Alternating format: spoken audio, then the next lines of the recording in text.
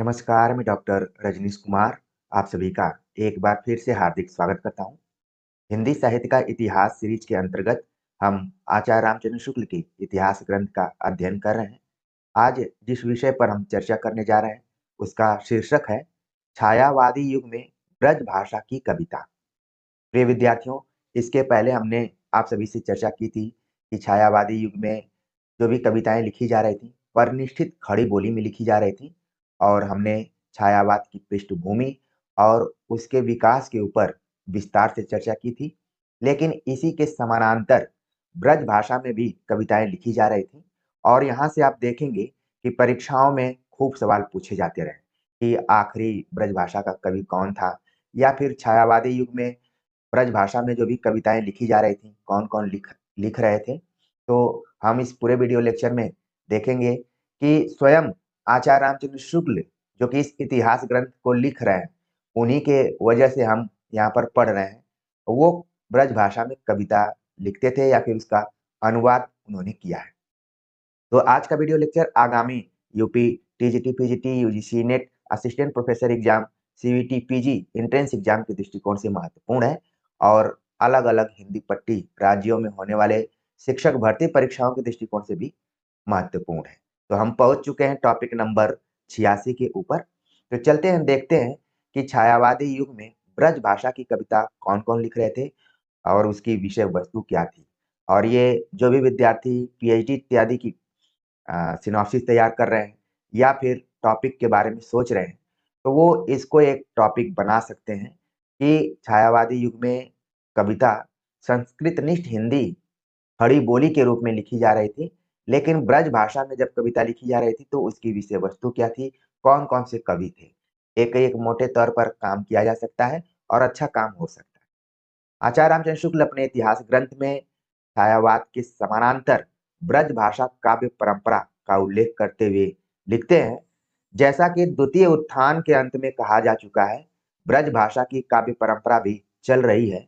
यद्यपि खड़ी बोली का चलन हो जाने से अब ब्रज भाषा के की रचनाएं प्रकाशित बहुत कम होती हैं, पर अभी देश में न जाने कितने कवि नगरों और ग्रामों में बराबर ब्रजवाणी की रसधारा बहाते चल रहे हैं। तो यहाँ पर आप देख रहे हैं कि बताया जा रहा है कि द्वितीय उत्थान के अंत में ब्रज भाषा काव्य की परंपरा चल रही थी, लेकिन आगे चलकर तृतीय उत्थान में कविता के केंद्र में खड़ी बोली आ गई। लेकिन उस समय भी बहुत सारे ऐसे कवि थे जो कि ब्रज भाषा में कविताएं लिख रहे थे। कारण ये था कि जो ब्रज भाषा थी, उसके कवि नगरों ग्रामों में जहां भी मौजूद थे, लिख रहे थे और इसलिए लिख रहे थे कि ब्रज भाषा की खास विशेषता थी उसकी मधुरता। जबकि खड़ी बोली के अर्थ में ही आप जानेंगे कि इसमें खरापन है, कर्कशपन है, लेकिन ब्रज भाषा जो थी कविता के दृष्टिकोण से काफी अनुकूल भाषा के रूप में थी, क्योंकि वो माधुर्य गुण से ही युक्त थी। तो लोग लिख रहे थे, अभी इसके मुंह से नहीं छूट पाए थे। आगे लिखते हैं कि जब कहीं किसी स्थान पर कवि सम्मेलन होता है, तब न जाने कितने अज्ञात कवि आकर अपनी रचनाओं से लोगों को तृप्त कर जाते हैं। रत्नाकर जी की उद्धव शतक ऐसी उत्कृष्ट रचनाएं हैं, इसे उत्थान में ही निकली थी। जगन्नाथ दास रत्नाकर, ऐसा माना जाता है कि ये छायावाद तक लिख रहे थे और ब्रज भाषा के आखिरी कवि के तौर पर जाने जाते हैं। तो जगन्नाथ दास रत्नाकर की जो रचना है उद्धव शतक, उसका जो प्रकाशन वर्ष है या फिर समय है, वो छायावाद के समय में है, लेकिन उसकी भाषा क्या है? ब्रज भाषा है। आगे लिखते हैं कि सर्गबद्ध प्रबंध काव्यों में हमारा बुद्ध चरित संवत 1979 में प्रकाशित हुआ, जिसमें भगवान बुद्ध का लोकपालन चरित उसी परंपरागत काव्य भाषा में वर्णित है जिसमें राम कृष्ण की लीला का अब भी घर घर गान होता है। तो यहाँ पर देखिए, आचार्य रामचंद्र शुक्ल ने अपने भी ग्रंथ का उल्लेख कर दिया है। लिखते हैं कि सर्गबद्ध प्रबंध काव्यों में हमारा यानी कि आचार्य रामचंद्र शुक्ल का बुद्ध चरित संवत 1979 में यानी कि 1922 में प्रकाशित हुआ और इसमें महात्मा बुद्ध के चरित्र के बारे में बतलाया गया है। लोकपालन चरित्र का उसी परंपरा के हिसाब से वर्णन किया गया है जिस तरीके से हम भक्ति काल में राम और कृष्ण की लीला के बारे में रामचरितमानस और सूरसागर को पढ़े थे, उसी तरीके से बुद्ध चरित में भी आचार्य रामचंद्र शुक्ल ने भगवान बुद्ध के लोक पालन चरित्र का वर्णन किया हुआ है और प्रकाशन कब है? 1922 ईस्वी। और ऐसा माना जाता है कि एडविन अर्नाल्ड, आप इसको नोट कर सकते हैं, एडविन अर्नाल्ड करके एक लेखक थे, जिनकी रचना थी the light of Asia, the light of Asia, उसी का अनुवाद किया है आचार्य रामचंद्र शुक्ल ने, बुद्ध चरित। वैसे भी संस्कृत साहित्य भी थोड़ा मोड़ा आप लोग पढ़े होंगे, और चूंकि यूपी टीजीटी पीजीटी की तैयारी कर रहे होंगे तो संस्कृत का नॉलेज होना चाहिए। तो उसमें बुद्ध चरित नाम से एक और कवि हैं जिन्होंने लिखा हुआ है। तो आप सभी के लिए होमवर्क है कि संस्कृत में बुद्ध चरित नाम से किसने लिखा है, जबकि हमने अंग्रेजी में बता दिया कि एडविन अर्नॉल्ड की रचना द लाइट ऑफ एशिया का ब्रज भाषा में अनुवाद किया, या एक तरीके से उसको सर्गबद्ध प्रबंध काव्य का रूप दिया आचार्य रामचंद्र शुक्ल ने। उसका नाम रखा बुद्ध चरित और प्रकाशन हुआ 1922 ईस्वी में। तो उसी तरीके से इस ग्रंथ का महत्व है, जिस तरीके से भक्ति काल में राम और कृष्ण की लीला का आधार बनाते हुए जो भी रचना कर्म हुआ है, और उसका प्रभाव आम जनजीवन पर दिखाई पड़ता है, घर घर लोग उसको गाते हैं। श्री वियोगी हरि की वीर सतसई पर मंगला प्रसाद पारितोषिक मिले बहुत दिन नहीं हुए। एक और यहाँ पर उल्लेख किया जा रहा है, वियोगी हरि जी की रचना है वीर सतसई, और इस पे एक पुरस्कार मिला था जो कि परीक्षाओं में खूब पूछा जाता है, मंगला प्रसाद पारितोषिक पुरस्कार। उस जमाने में ये साहित्य अकादमी और ज्ञानपीठ पुरस्कार से भी महत्वपूर्ण था। तो मंगला प्रसाद पारितोषिक पुरस्कार मिला था वीर सतसई नाम की रचना, जो कि वियोगी हरि जी द्वारा लिखी गई थी। देव पुरस्कार से पुरस्कृत श्री दुलारे लाल भार्गव के दोहे बिहारी के रास्ते पर चल ही रहे। क्योंकि हमने इन सभी पर पहले भी चर्चा कर ली है, और उसमें यह बतलाया गया कि जिस तरीके से बिहारी के दोहे प्रसिद्ध रहे हैं, उसी अनुकरण पर आगे चलकर दुलारे लाल जी भार्गव ने भी दोहे लिखे और उनको देव पुरस्कार से सम्मानित किया गया था। अयोध्या के श्री रामनाथ ज्योतिषी को रामचंद्रोदय काव्य के लिए देव पुरस्कार थोड़े ही दिन हुए मिला है। उस जमाने में मंगला प्रसाद पारितोषिक और देव पुरस्कार महत्वपूर्ण पुरस्कारों में थे, जिनके वजह से कवियों का मनोबल बढ़ता था और लोग कविताएं लिखा करते थे। अब आपके मन में जरूर आना चाहिए कि मंगला प्रसाद पारितोषिक और देव पुरस्कार किस युग में दिए जाते थे। तो ये आप छायावादी युग को बिल्कुल ध्यान में रख सकते हैं। उस जमाने में पुरस्कार मिल रहे थे, और ये जितने भी कवि थे ब्रज भाषा में कविताएं लिख रहे थे, चाहे छायावाद आ जाए चाहे द्विवेदी युग आ जाए, उनको इससे कोई लेना देना नहीं था। उनका लगाव ब्रज भाषा से था और वो ब्रज भाषा में कविताएं लिख रहे थे।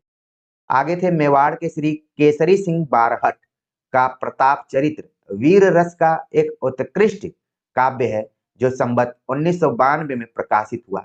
यानी देखा जाए तो 1935 ईस्वी में, जब कामायनी जयशंकर प्रसाद लिख रहे हैं और उधर गोदान प्रेमचंद लिख रहे हैं, राम की शक्ति पूजा निराला लिख रहे हैं और महादेवी वर्मा इत्यादि अपनी कविताओं को लिख रहे हैं, तब तक आप देख रहे हैं कि ब्रज भाषा में भी लोग लिख रहे थे, जिसमें कि आप केसरी सिंह बारहट, जो कि मेवाड़ के रहने वाले थे, उनके रचना का नाम है, उनकी रचना है प्रताप चरित, जो कि वीर रस से युक्त है।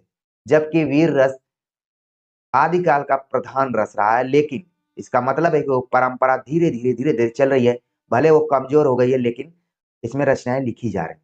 सवाल पूछा जा सकता है कि प्रताप चरित, हालांकि आप लोग नाम से ही पता कर लेंगे कि इसमें वीर रस होगा, लेकिन ये ग्रंथ छायावाद एकदम अंतिम समय में, देखा जाए तो छायावाद अपने अंतिम चरण की ओर चल रहा है, जब केसरी सिंह बारहट की रचना प्रकाशित होती है। आगे शुक्ल जी लिखते हैं कि पंडित गया प्रसाद शुक्ल सनेही की सरस कविताओं की धूम कवि सम्मेलनों में बराबर रहा करती है। प्रसिद्ध कलाविद राय कृष्णदास जी का ब्रजरज इसी तृतीय उत्थान के भीतर प्रकाशित हुआ है।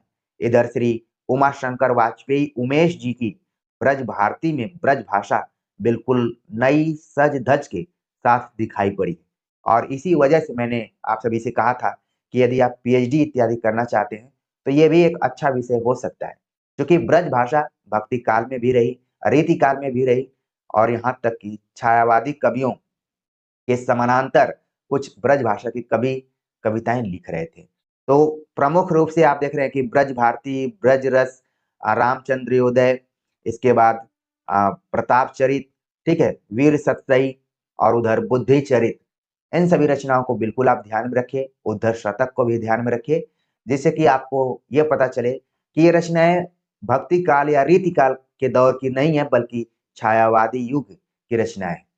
आगे आचार्य रामचंद्र शुक्ल बड़े ही भावुक रूप से लिखते हैं, हम नहीं चाहते और शायद कोई भी नहीं चाहेगा कि ब्रज भाषा काव्य की धारा लुप्त हो जाए। उसे यदि इस काल में भी चलना है तो वर्तमान भावों को ग्रहण करने के साथ ही साथ भाषा का भी कुछ परिष्कार करना पड़ेगा। उसे चलती ब्रज भाषा के अधिक मेल में लाना होगा। अप्रचलित संस्कृत शब्दों को भी अब बिगड़े रूपों में रखने की आवश्यकता नहीं है। यानी कि आप देख रहे हैं कि इस समय ब्रज भाषा में कविता लिखी जा रही है, तो समय का यानी देश काल वातावरण का, चूंकि उस समय खड़ी बोली में और परिनिष्ठित खड़ी बोली में रचनाएं की जा रही थी, तो इसका प्रभाव भी ब्रज भाषा के रूप में दिखलाई पड़ रहा था। ये ब्रज भाषा वो ब्रज भाषा नहीं थी जो कि भक्ति काल और रीति काल में प्रयुक्त की जा रही थी। इस ब्रज भाषा में भी कुछ संस्कृतनिष्ठ शब्दों का प्रयोग किया जा रहा था। आप उद्धव शतक पढ़ेंगे और तमाम रचनाओं को पढ़ेंगे तो इसका आभास करेंगे।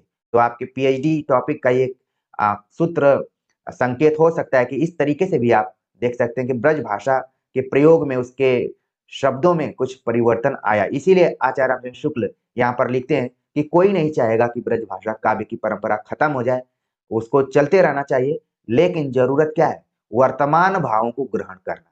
अगर कोई अपने समय और समाज को ध्यान में रखते हुए रचना नहीं करेगा तो रचना और वो भाषा उतनी प्रासंगिक नहीं होगी। तो कहा गया कि ब्रज भाषा के अधिक मेल मिलाना होगा। जो चलती ब्रज भाषा है, जो आम जनजीवन में प्रयुक्त हो रही है, उस भाषा का प्रयोग करना पड़ेगा, न कि अप्रचलित संस्कृत शब्द को बिगाड़ कर रखने की जरूरत है।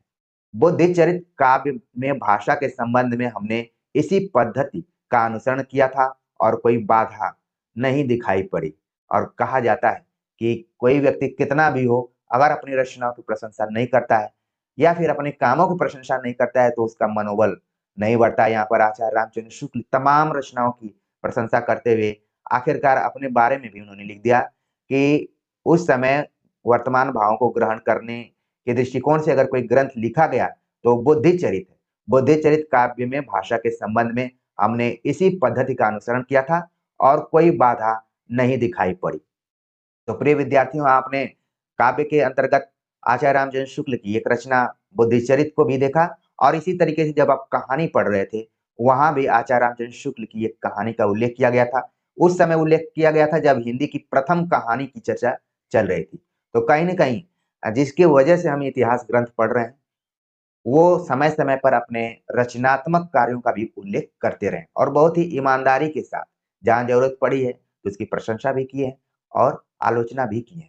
तो हमारे दिमाग में आया कि खड़ी बोली कविता छायावाद में तो लिखी जा रही थी, लेकिन ब्रज भाषा में जो भी कविताएँ लिखी जा रही थी, उन पे क्यों ना एक छोटा-सा वीडियो लेक्चर तैयार किया जाए, जिससे कि आपके दिमाग में बैठ जाए कि जो रत्नाकर जी थे, वो भी छायावाद में लिख रहे थे, दुलारे लाल भार्गव भी लिख रहे थे, इसके पहले रामनाथ ज्योतिषी भी लिख रहे थे, वियोगी हरि भी लिख रहे थे, केसरी सिंह बारहट लिख रहे थे, ठीक है, राय कृष्णदास लिख रहे थे और जिसके इतिहास ग्रंथ को हम पढ़ रहे हैं, आचार्य रामचंद्र शुक्ल भी लिख रहे थे। तो उम्मीद है कि आज का ये वीडियो लेक्चर आप सभी को ज्ञानप्रद लगा होगा और आपका कॉन्सेप्ट भी क्लियर हुआ होगा। तो आप सभी के कमेंट का इंतजार रहेगा और जो कुछ हमने होमवर्क इत्यादि दिया हुआ है, उसको ज़रूर आप कमेंट करेंगे, अच्छा लगेगा। तो मिलते हैं एक नए टॉपिक के साथ, तब तक के लिए नमस्कार।